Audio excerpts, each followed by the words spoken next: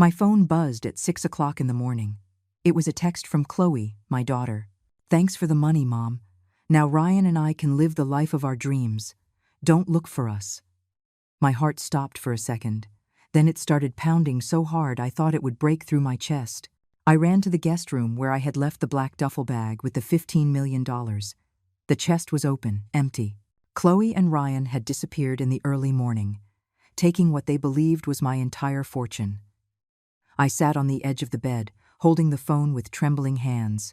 I reread the message 1, 2, 3 times. The words stabbed at my soul like sharp daggers. "Don't look for us." As if I were a stranger. As if I weren't the woman who had raised her alone for 22 years after her father abandoned us. As if I weren't the one who had worked double shifts at the hospital to pay for the private university she wanted so badly. The room spun around me. The scent of lavender from the air freshener Chloe had plugged in the night before now made me nauseous. Everything was exactly the same. The pale pink comforter I had bought for when she visited. The lace curtains I had sewn myself, thinking of her comfort. The family photos on the nightstand, showing us together at her graduations, her birthdays, our trips. I picked up one of those photos. It was from her wedding day 3 years ago. I was standing next to her, radiant in my gold dress, holding her hand while Ryan looked at her with those eyes that I now know were full of ambition, not love. I had spent my savings on that wedding. $30,000 so she could have the perfect day she had always dreamed of. The church filled with white flowers, the wedding dress imported from Paris, the reception at the most elegant hotel in the city. "Mom, you're the greatest in the world," she had whispered in my ear that day. "I don't know what Ryan and I would do without you." Her words had sounded so sincere, so full of genuine gratitude. Now I understood that even then, they were planning how to get everything they could from me. Every hug, every "I love you, Mom," every Sunday visit had been calculated, measured, designed to keep me giving and giving until I had nothing left. My fingers traced the glass of the photograph, stopping on my own smile. 68 years of life, 45 of them dedicated completely to Chloe. I had given up chances at love, trips, personal pleasures, all to make sure she had the best of everything. When Ryan came into her life 5 years ago, I welcomed him with open arms. "A successful engineer," he said. "A man who would make her happy," I thought. The first alarm bell should have been when they started asking me for loans. Small ones at first. $1,000 to fix Ryan's car. $3,000 for the deposit on their new apartment. $5,000 for the business they were going to start together. Always with promises of repayment that never came. Always with explanations that sounded reasonable at the time, but which now, in hindsight, were clearly elaborate lies. The phone vibrated again, another message from Chloe. "I know you're mad, but one day you'll understand that we deserved this chance. We've been struggling for a long time." Struggling. The word burned inside me. She didn't know what it was to truly struggle. She didn't know what it was to work 16 hours a day as a nurse, to come home with swollen feet and hands raw from sanitizer, only to find her university tuition bills waiting for me in the mailbox. I got up and walked to the window. The sun was beginning to rise, painting the sky in shades of orange and pink. It was a beautiful dawn, but I could only see betrayal reflected in every ray of light. My neighbors were starting their morning routines. Mr. Peterson watering his lawn, Mrs. Davis going out to get the newspaper, the kids across the street waiting for the school bus. Normal life, a normal routine, while my world was silently crumbling behind these walls. I went back to the guest room and sat on the floor next to the empty chest. The hinges still held the metallic scent of the money I had stored there the night before. Money I had withdrawn from the bank so carefully, explaining to the manager that I needed to make a significant purchase in cash. The house of my dreams, I had told him. My golden retirement after decades of hard work. But now there was no house, no golden retirement. There was only an empty bag, and the echo of my daughter's words resonating in my head like an emotional death sentence. I closed my eyes and let the memories flood in like an unstoppable avalanche. Chloe was 5 years old when she promised me that one day she would buy me a big house so we could be happy together. We were sitting in the small 2-bedroom apartment where we lived after the divorce, eating canned soup because it was all we could afford that week. Her chubby little hands held the spoon awkwardly as she told me in her sweet little voice, "Mommy, When I grow up, I'm going to work really hard and give you everything you deserve. What a cruel irony of fate. Now she had everything I had given her, and I was left with empty hands and a shattered heart. I got up from the floor and walked to my room, where I kept a shoebox full of memories. I took it out of the closet carefully, as if it were a sacred treasure, and opened it on the bed. There were all the letters Chloe had written to me when she was away at college. "Dear Mommy," one of them read, "thank you for sacrificing so much for me. I know you work extra on weekends to pay for my books and my dorm.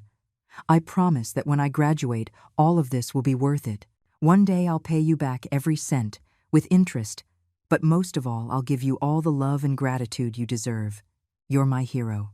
My tears fell on the ink, smudging the words that had once filled me with hope and pride. I picked up another letter. This one was from her senior year. "Mommy, I'm almost done. I've been thinking about everything you've done for me. You never took a vacation because you preferred to save for my studies. You never bought new clothes because my education was your priority. When I get my first job as a lawyer, the first thing I'll do is take you to Europe, just like you always dreamed." Europe. That promise echoed in my mind like a cruel joke. Instead of taking me to Europe, she had stolen the possibility of any trip, any dream, any peaceful future. I kept reading letters, each one more painful than the last. Promises of eternal love, of infinite gratitude, of taking care of me in my old age, just as I had taken care of her in her childhood. I walked over to the photo album I kept in the living room. Each page was a testament to my unconditional devotion. There was Chloe at 8 years old, smiling with her front teeth missing, holding her honor roll certificate. I had worked double shifts for a month to pay for the math tutoring she needed. On the next page, at 12, posing proudly in her new uniform for the most expensive private school in the city, I had sold my grandmother's jewelry to pay the tuition. At 16, radiant in her red prom dress. That dress had cost me a week's salary, but seeing her happiness had been worth every penny, or so I thought at the time. At 20, at her college graduation ceremony, hugging me tightly as she whispered, "We did it, Mommy. All your effort paid off." I had cried with happiness that day, feeling that all my sacrifices finally had meaning. But there were more photographs that hurt in a special way. The ones from the last 5 years, since Ryan entered our lives. In them, I was always smiling, but now I could see something different in my eyes. A subtle sadness, a sense that something had changed. Ryan always seemed to be sizing me up, measuring my financial worth more than my value as a person. I remembered the first time they asked to borrow money. Chloe had come alone, without Ryan, and had sat on the same sofa where I was now crying. "Mommy, we need help. Ryan lost his job and we have debts. We just need $5,000 to get back on our feet. I promise we'll pay you back in 3 months." I didn't think twice. She was my daughter, my reason for living. Of course, I would help her. 3 months turned into 6, 6 into a year, and the year into never. When I asked about the money, they always had a new excuse, a new emergency, a new promise that they would pay me back soon. "Ryan's business is about to take off," Chloe would say. "We just need a little more time." And I, like the fool I was, kept waiting and kept giving. The second time, they asked for $10,000, the third for $15,000. Each loan was bigger than the last, each promise more elaborate, each lie more believable, until we reached the point where they had practically drained my entire life savings. But I always had the peace of mind that it was for my daughter, for her happiness, for her future. The phone rang again. This time it was a call, not a message. Chloe's name appeared on the screen.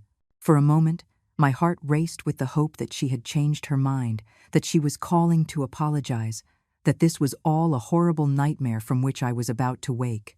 I answered with a broken voice. "Chloe?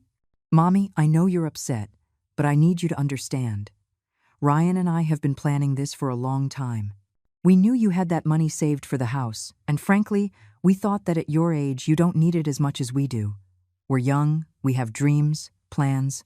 You've already lived your life." Her words pierced me like bullets. "You've already lived your life."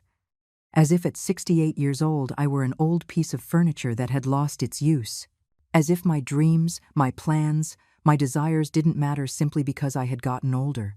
Rage began to boil in my stomach, mixing with the pain to create a toxic concoction that burned me from the inside. Chloe, that money was for my house, for my retirement. I worked 40 years to save it. My voice trembled, but not from sadness, from a fury that was growing like an out-of-control fire. You're my daughter. I gave you everything, absolutely everything I had. How could you do this to me? Her laugh on the other end of the line was like a slap in the face. Oh, Mommy, always so dramatic. Look, Ryan and I are going to use this money to move to Costa Rica. We're going to open a boutique hotel on the beach. It's a smart investment, not like buying a house that will only give you expenses. You should be proud that your money is being used for something productive for once. Productive. My money, earned with sweat, tears, and years of my life, was finally productive in the hands of my thieving daughter. And what am I supposed to do now? Where am I going to live when I can no longer afford the rent on this apartment? My voice broke, showing her my vulnerability once more. I don't know, Mommy. I guess you'll have to get a job again or move into one of those nursing homes. Ryan says there are some really good, cheap ones on the outskirts of the city.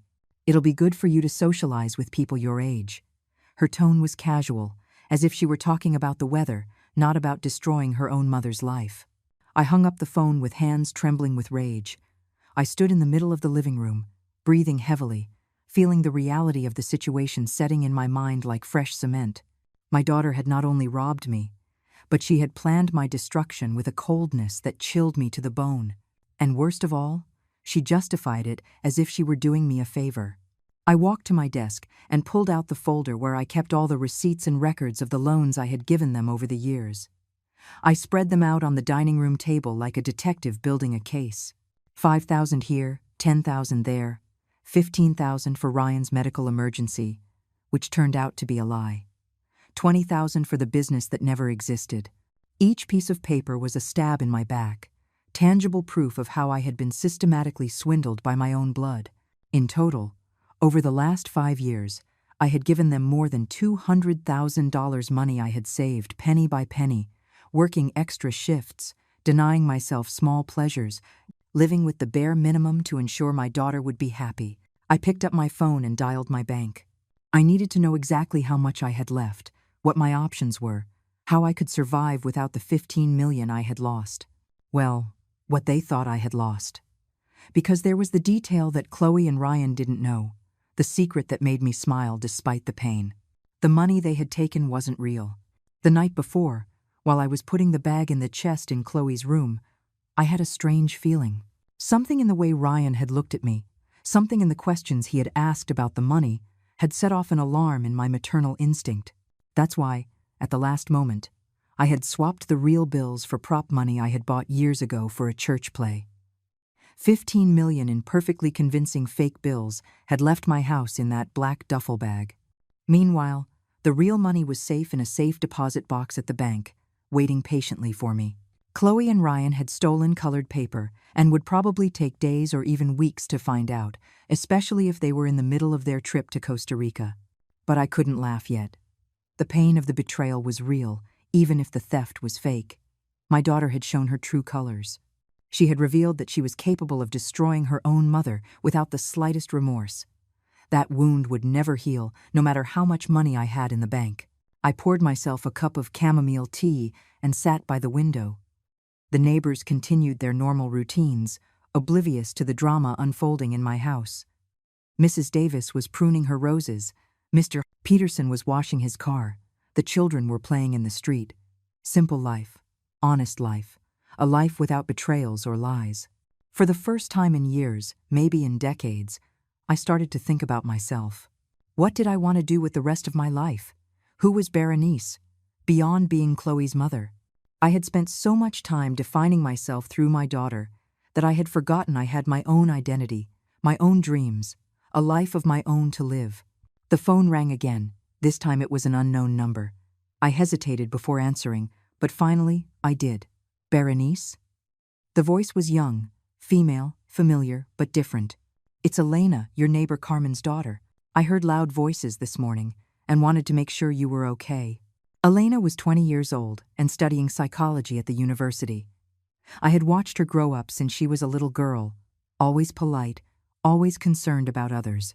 Her mother Carmen and I had been neighbors for 15 years, and Elena had been like a second granddaughter to me, especially after Chloe got married and the visits became less frequent and more self-serving. "I'm fine, Elena, thanks for asking." I tried to make my voice sound normal, but the tears were still fresh on my cheeks. "I just had a small family argument, nothing serious." Lying had become so natural when it came to protecting Chloe's image that the words came out automatically. "Berenice, don't lie to me. I've known you since I was little and I know when something is killing you inside." Her voice was soft, but firm. "I saw Chloe and Ryan leave very early with suitcases and a large bag. Then I heard shouting and crying coming from your house. What really happened?" The genuine concern in her voice broke me. It had been so long since someone cared about me without wanting something in return that I started to cry again. "Elena, I think I need to talk to someone. Could you come over? Is your mom home?" "Mom went out shopping, but I'm here. I'll be over in 5 minutes." She hung up before I could protest. 5 minutes later, I heard her soft knock on the door. When I opened it, Elena looked at me with those brown eyes full of compassion that reminded me what it felt like to be seen as a human being, not a source of money. She sat with me on the sofa and waited patiently while I gathered the courage to tell her the whole story. I told her about the years of sacrifices, the loans that were never repaid, the money they thought they had stolen, Chloe's cruel words on the phone.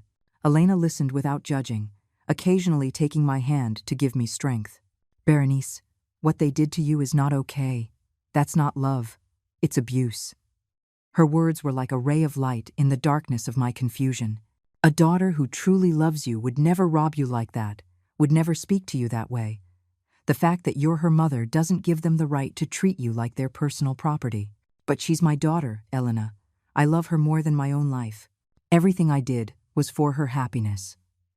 The words came out choked between sobs. "Maybe I have to accept that I've served my purpose as a mother, and now I have to step aside so she can be happy." Elena stood up from the sofa abruptly. "No, that's exactly what they want you to think. Berenice, you are an incredible woman. You've worked your whole life, raised a daughter practically on your own, been a nurse for decades, saving lives. Your value doesn't end when your daughter decides to be an ungrateful brat." Her words hit me like an awakening. It had been so long since anyone saw me as Berenice the nurse, Berenice the strong woman, Berenice the survivor. I was only seen as Berenice the mother, Berenice the provider, Berenice the one who always says yes. But what do I do now? I can't pretend this never happened. First, you need to protect yourself. Do they have access to your bank accounts? Do they know your passwords? Can they keep stealing from you? Elena had completely shifted from a compassionate young woman to a determined strategist. Second, you need to decide if you're going to let this continue or if you're going to take control of your own life. The word control echoed in my mind. When was the last time I had control over anything in my life? Everything revolved around what Chloe needed, what Chloe wanted, what would make Chloe happy. Even my financial decisions were based on ensuring she would be comfortable in the future. "Elena, there's something I haven't told you." I explained about the fake money, about my last-minute gut feeling, about how the real money was safe at the bank. Her eyes lit up with a mixture of admiration and surprise. "Berenice, you're incredible. Your instinct saved you from total ruin. But the emotional damage is already done. My daughter betrayed me, spoke to me like I was trash, planned to rob me with a coldness that scares me." I broke down again, but this time the tears were mixed with something different. It wasn't just pain, it was also anger. A clean, justified anger that was starting to grow in my chest. "Berenice, do you know what this means? It means you have the power. They think they stole everything from you, that they left you defenseless. But you are in control of the situation. You can decide what to do with that information." Elena leaned toward me, her eyes shining with determination. "You can continue to be the victim, or you can become the woman who makes the decisions." Her words ignited something inside me that had been dormant for too long. Power, control, decisions, concepts I had forgotten belonged to me. But what can I do? They're my family. I can't just cut them out of my life. "Why not? They clearly already cut you out of theirs." They told you not to look for them, that you've already lived your life, that you're in the way. Why do you have to follow the rules of unconditional love when they don't? Elena was right, but admitting it meant accepting a reality that terrified me. I was silent for several minutes, digesting Elena's words. For the first time in years, someone was giving me permission to put my own needs first. The idea both scared and excited me. Elena, I'm afraid. If I cut ties with Chloe, I'll be completely alone. She's the only family I have left. Berenice, you are already alone. The difference is that now you are alone and being abused, manipulated, and robbed. If you cut those toxic ties, you will be alone, but free. Elena took my hands in hers. Besides, you're not as alone as you think. You have neighbors who care about you. You have a lifetime of experience. You have resources they don't know exist. She was right. For years I had been so focused on Chloe that I had neglected other relationships, other possibilities for human connection. Carmen had always been kind to me. Mr. 9ATA2. Peterson greeted me every morning. Mrs. Davis brought me vegetables from her garden. There was a community around me that I had completely ignored. I need time to think. I got up from the sofa and walked to the kitchen to make another tea.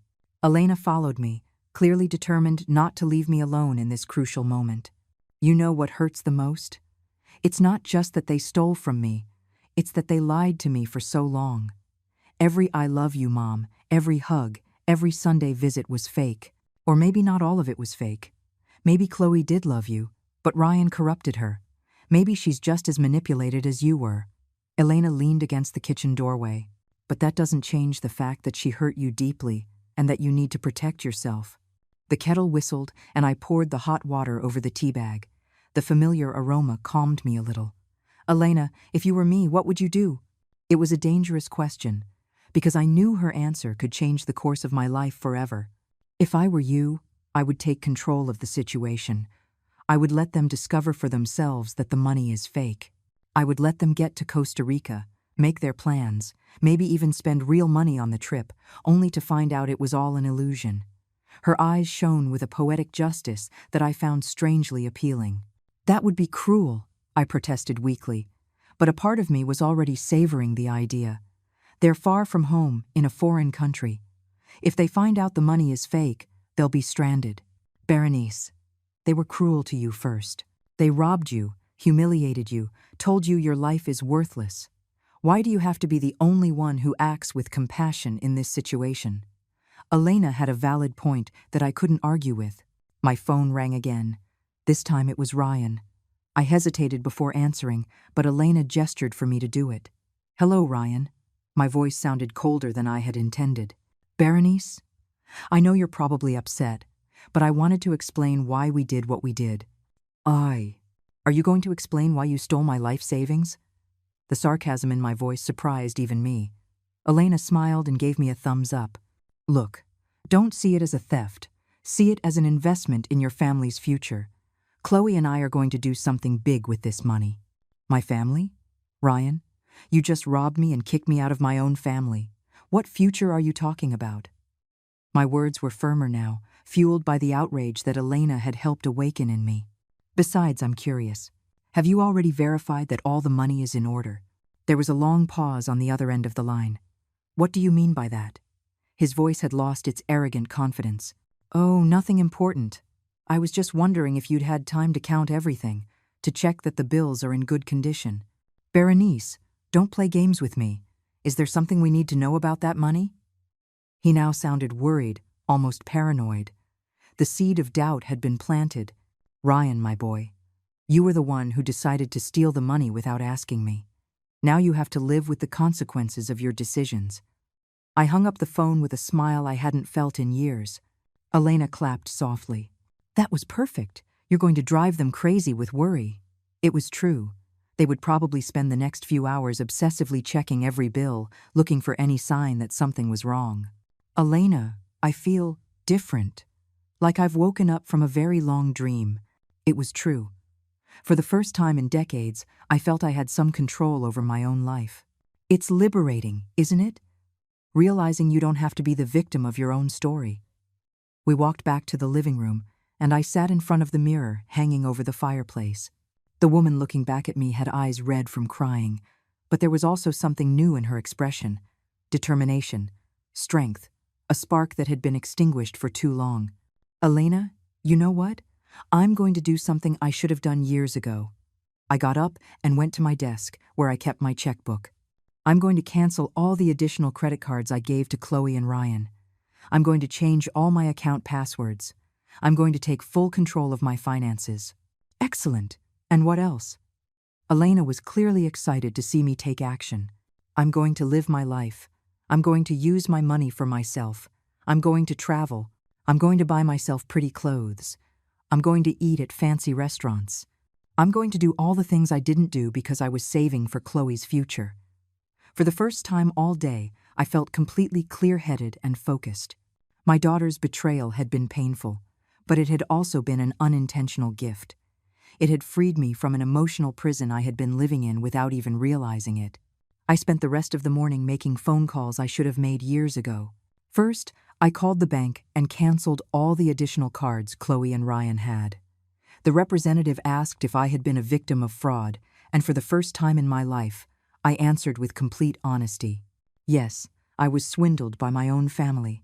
Next, I changed all my online account passwords, from the bank to the social media accounts I rarely used. Each new password was like closing a door I had left open for far too long. Elena stayed with me through the whole process, making lunch and making sure I didn't lose the self-protective momentum I had found. Berenice, are you hungry? I made some sandwiches. Elena appeared at the door of my makeshift office with a plate in her hands. I haven't eaten anything since yesterday. I realized it was true. Between the anxiety of stashing the money and the shock of the betrayal, I had completely forgotten to feed myself. We sat down to eat at the dining room table, where all the receipts for the unpaid loans were still scattered. Elena looked at them intently. Berenice, this is evidence of a pattern of financial abuse. If you wanted to, you could press legal charges against them. The idea was both terrifying and tempting. I don't know if I could do that. She's still my daughter. The words came out automatically, the conditioned reflex of years of protecting Chloe from the consequences of her actions. Elena looked at me with an expression that mixed understanding and frustration. Berenice, she didn't protect you. Why do you keep protecting her? It was a valid question with no easy answer. My phone buzzed with a text message. It was from Chloe. Mommy, Ryan is paranoid about something you told him. What did you say about the money? We're at the airport waiting for our flight, and he won't stop checking the bag. I smiled as I showed the message to Elena. They're going crazy. Hauser. Elena laughed. Perfect. Let them suffer a little. They deserve it after everything they put you through. I didn't reply to the message. For the first time in my life, I let Chloe wait. Let her worry. Let her feel the anxiety of uncertainty. An hour later, another message arrived. Mommy, please answer me. Is something wrong with the money? Ryan says some of the bills feel weird. This time I replied, Daughter, you decided to rob me and leave without explanation. Now you have to live with the consequences of your decisions. Have a good trip. The phone soon rang. It was Chloe, clearly desperate.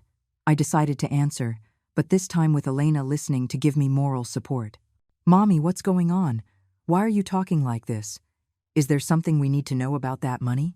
Chloe, my love, you were the one who decided I had already lived my life, that I didn't deserve explanations, that I should just accept you robbing and abandoning me. My voice was calm, controlled, very different from the broken woman from that morning. Now I'm deciding not to give you explanations. But we're family. You can't do this to us. Her voice broke in a sob that once would have immediately melted my heart. But now, with the clarity that comes from hitting rock bottom, I could hear the manipulation behind the tears. Chloe, this morning you told me you deserved the money more than I did because you're young. Now use it and be happy. And, Mommy, please, just tell me what's wrong with the money. Her desperation was palpable through the phone. Part of me wanted to give in, to explain everything, to protect her as I had always done. But Elena squeezed my hand and reminded me with her eyes of everything I had suffered that morning. Daughter, when you decided to rob me, you lost the right for me to protect you from the consequences. I hung up the phone with a steady hand. Elena hugged me. Berenice, I'm so proud of you. You're finding your inner strength. The rest of the afternoon passed in a strange peace. For the first time in years, I wasn't worried about what Chloe needed, what Chloe thought, what would make Chloe happy.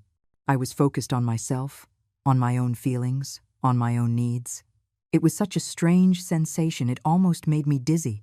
Elena left at 5 o'clock in the evening, but before she did, she made me promise to call her if I felt weak or tempted to rescue Chloe from the consequences of her actions. Remember, Berenice, you are not responsible for fixing the problems others create for themselves. That evening, I poured myself a glass of red wine I had been saving for a special occasion and sat on my patio to watch the sunset. The sky was painted in shades of violet and orange as I reflected on the strangest day of my life. I had lost my daughter, but I had found something I didn't know I had lost: my own dignity. My phone kept ringing all night. Calls from Chloe, texts from Ryan, even a voice message of Chloe crying and begging me to tell her what was happening.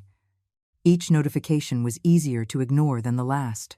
With every missed call, I felt like I was reclaiming a piece of myself that I had voluntarily given away years ago. At 10 o'clock that night, I received a message that made me smile genuinely. Berenice, the money is fake. It's all fake.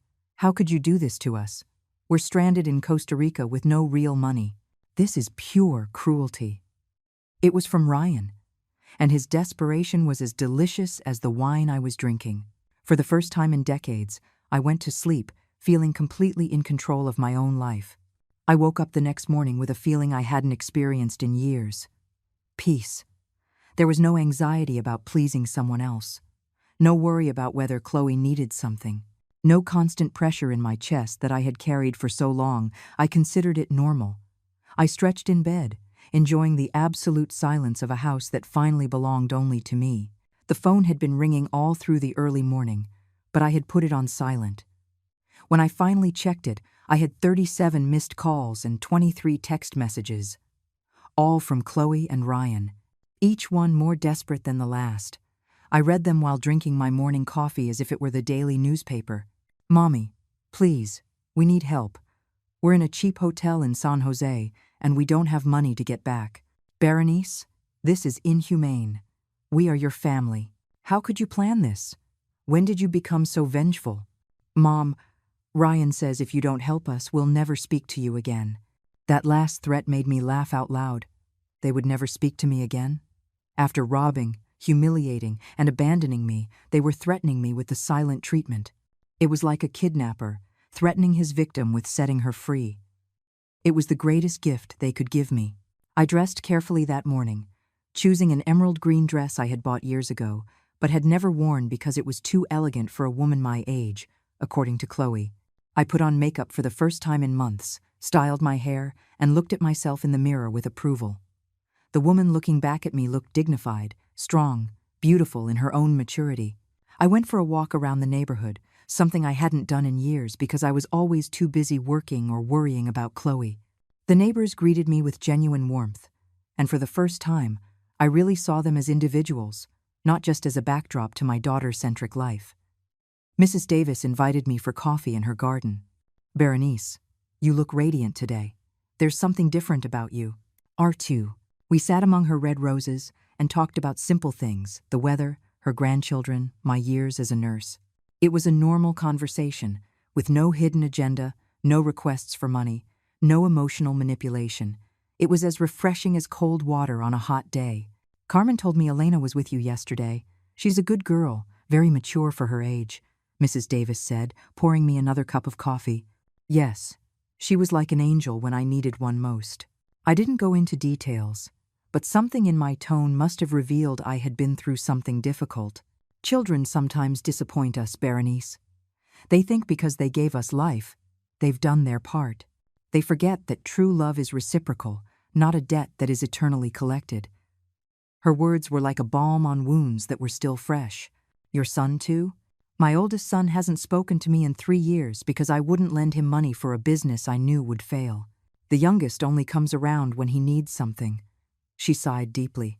At first, the pain was killing me, but one day I realized I was crying for children who no longer existed, for relationships that only lived in my imagination. Her words hit me like a revelation. I too was crying for a Chloe who perhaps had never really existed, for a mother-daughter relationship that had been an illusion built on my need to be loved and her need to be supported. How did you move on? I started living for myself. I learned to paint. I joined a book club. I made new friends who valued me for who I am, not for what I can give them. She pointed to the roses around us. This garden is my pride. Every rose that blooms is a small, personal victory. I no longer need my children's approval to feel valuable. I returned home feeling inspired. For the first time in decades, I started making plans that didn't involve Chloe. I pulled out travel brochures I had been collecting for years. Italy, France, Japan.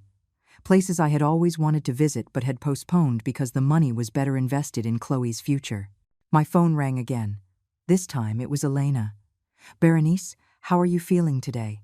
Her voice conveyed genuine concern. "I feel free."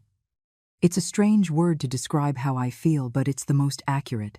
I'm so happy to hear that. Have you heard anything else from them? Lots of desperate messages. They're stranded in Costa Rica without real money. Part of me feels guilty, but a bigger part feels satisfied. It's natural to feel satisfaction when justice is served, even if it's accidental. Elena had that wisdom that young people who have observed life carefully sometimes have. Are you going to help them come back? That was the million-dollar question. The Berenice of a week ago would have already been at the bank, wiring money for the return flight, apologizing for having fake money in the house, promising it would never happen again. But the Berenice of today was different. I don't know yet. But I know that whatever decision I make will be mine, based on what's best for me, not on what's expected of me as a mother. It was a revolutionary statement, coming from a woman who had spent 45 years putting her daughter's needs before her own. That afternoon, I sat at my desk and wrote a letter, not to Chloe but to myself. A letter to the woman I had been, thanking her for all the sacrifices but also saying goodbye to her. It was time to meet the woman I could be when I lived for myself. The letter I wrote that afternoon was the most honest I had ever written in my life. "Dear Berenice of the past," it began. "I want to thank you for everything you did, believing it was the right thing. You worked tirelessly. You sacrificed without limits. You loved without conditions. But I also want to tell you that it's time to rest. It's time for another Berenice to take control, one who knows that loving doesn't mean destroying yourself." As I wrote, tears fell on the paper, but they weren't tears of sadness. They were tears of liberation, a farewell to a version of myself that had carried a weight too heavy for too long. Each word I wrote was like releasing a stone I had been carrying on my shoulders. The phone rang again. This time I decided to answer, not out of weakness or guilt, but because I wanted to hear what they had to say from my new perspective. It was Chloe, and her voice sounded completely different. It was no longer the arrogant woman who had spoken to me the day before. Now she sounded like a distressed, scared child. "Mommy, please, we need help. We don't have money for food, for the hotel, for anything. Ryan is furious with me. He says this is my fault for trusting you."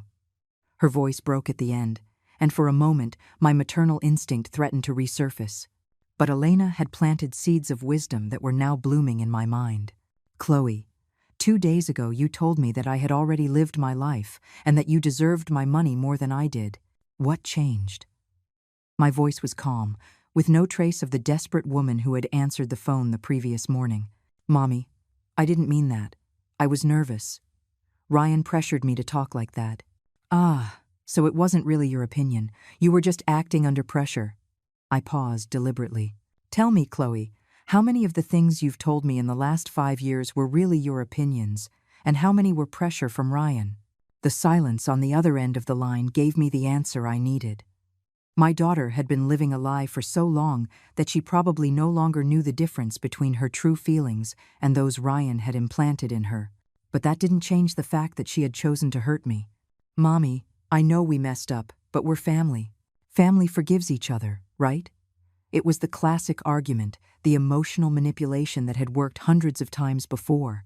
But this time, my ears were trained to recognize it. "Chloe, family also respects, cares for, and protects each other. When you decided to steal my life savings, when you told me I no longer had the right to dream of my own home, when you abandoned me as if I were trash. Where was that family love? But you set a trap for us. You gave us fake money on purpose. Her voice now had a hint of indignation that I found almost comical. Chloe, I put money in a chest in your house because I trusted you. The fact that you chose to steal it was not my fault, and the fact that the money turned out to be fake was, let's just say it was divine justice. Divine justice? We're your children. You're supposed to love us unconditionally. The desperation in her voice was palpable, and I did love you unconditionally for 45 years. But it turns out that unconditional love on my part didn't generate unconditional love from you. It generated abuse, lies, and theft. I hung up the phone feeling a deep calm. For the first time in my adult life, I had set clear boundaries and defended them without apologizing. It was an intoxicating feeling, like discovering muscles I didn't know I had. That night, I called a travel agency and booked a tour of Italy for the following month. I had dreamed of seeing the Roman ruins, walking the streets of Florence, drinking wine in Tuscany. For years I had postponed that dream because it was too expensive and the money was better saved for Chloe's emergencies. Now I understood that my own happiness was no less important than my daughter's. In fact, I had discovered that taking care of my own happiness made me a stronger, more complete person, more capable of giving genuine love instead of desperate love. Elena came to visit me that night with a bottle of champagne. "I'm celebrating your rebirth," she said with a radiant smile. We toasted on my patio as the stars appeared one by one in the night sky. "Berenice, there's something I want to tell you. Yesterday, when I saw you take control of your life, you inspired me. I've been in a toxic relationship with a guy from college, and your example gave me the courage to end it." Her words filled me with a different kind of pride than I had felt for Chloe's achievements. This was a pride based on being a positive example, on helping someone else find strength through my own, not my weakness. Elena, that makes me very happy. Sometimes the most valuable lessons come from the most painful moments. Do you think Chloe will learn anything from this? It was a question I had been asking myself as well. I don't know, and I've decided that's not my responsibility. My responsibility is to myself now. If she learns, it will be because she chose to, not because I forced her. That night, for the first time in years, I didn't check my phone before going to sleep. I didn't worry about whether Chloe was okay, if she needed anything, if she was mad at me. I focused on my own plans, my own dreams, on the woman I was discovering I could be when I lived for myself. 3 months later, I was sitting on a terrace overlooking the Mediterranean on the coast of Cinque Terre, Italy, sipping a perfect espresso as the afternoon sun painted the sea in shades of gold and pink. I had toured Rome, Florence, Venice, each city more beautiful than the last, each day a confirmation that I had made the right decision. My phone was filled with photos of places I had dreamed of seeing for decades, exquisite meals I had savored without rushing, moments of absolute peace I had learned to value. I hadn't heard from Chloe and Ryan since that last desperate call from Costa Rica. Elena had told me that her mother had heard from a neighbor that they had returned to the country, but they hadn't tried to contact me. It was as if they had finally accepted that the well had run dry, that the woman who for years had been their inexhaustible source of resources no longer existed. At first, the initial days of silence had been difficult. 45 years of constant worry don't disappear overnight. I would wake up thinking about calling her, compulsively checking my phone for messages, feeling a strange anxiety from not knowing if she was okay. But slowly, that anxiety transformed into something completely different: freedom. The woman now sipping espresso in Italy had even learned to wake up each morning asking herself what would make her happy that day, not what she would need to do to keep the peace with other people. I had discovered I had my own opinions on art, on food, on politics, opinions I had kept silent for years because I didn't want to create conflict with Chloe and Ryan. In the Uffizi Gallery in Florence, I had spent a full hour contemplating Botticelli's The Birth of Venus, feeling a deep connection with that goddess emerging from the sea, reborn, complete, and beautiful. For the first time, I understood that I too was being reborn, emerging from the murky waters of a toxic relationship to discover my own inner beauty. The tour had ended the week before, but I had decided to extend my stay. Not because I didn't want to go home, but because for the first time in my life, I could make decisions based solely on my own desires. I had the money, I had the health, I had the freedom. Why not enjoy it? My phone buzzed with a message from Elena. Berenice, how is your Italian adventure? We miss you here, but I'm so happy to know you're living your best life. I had been sending her photos and updates throughout the trip. She had become something I never thought I'd have, a genuine friendship based on mutual affection, not family obligation. I replied with a photo of the sunset I was watching. Dear Elena, every day here teaches me something new about myself. Today I learned that I like red wine more than white, that I can walk 5 kilometers without getting tired, and that I'm braver than I thought. I'll be back next week, but I'm already planning the next trip. It was true. I had brochures for Japan waiting for me at the hotel, plans for a cruise through the Norwegian fjords, a list of destinations I had been writing during quiet nights in foreign cities. For the first time in my life, the future excited me instead of scaring me. The waiter approached to ask if I wanted anything else. In my basic Italian, which I had been practicing during the trip, I asked for the check. I had learned a few essential phrases, and every time I managed to communicate in another language, I felt a small personal victory. Berenice the nurse was becoming Berenice the traveler, Berenice the adventurer, Berenice the woman who lived for herself. As I walked back to my hotel through the cobblestone streets, I thought about the letter I had written months ago to my past self.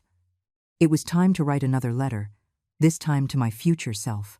Dear Berenice of tomorrow, I began to compose in my head.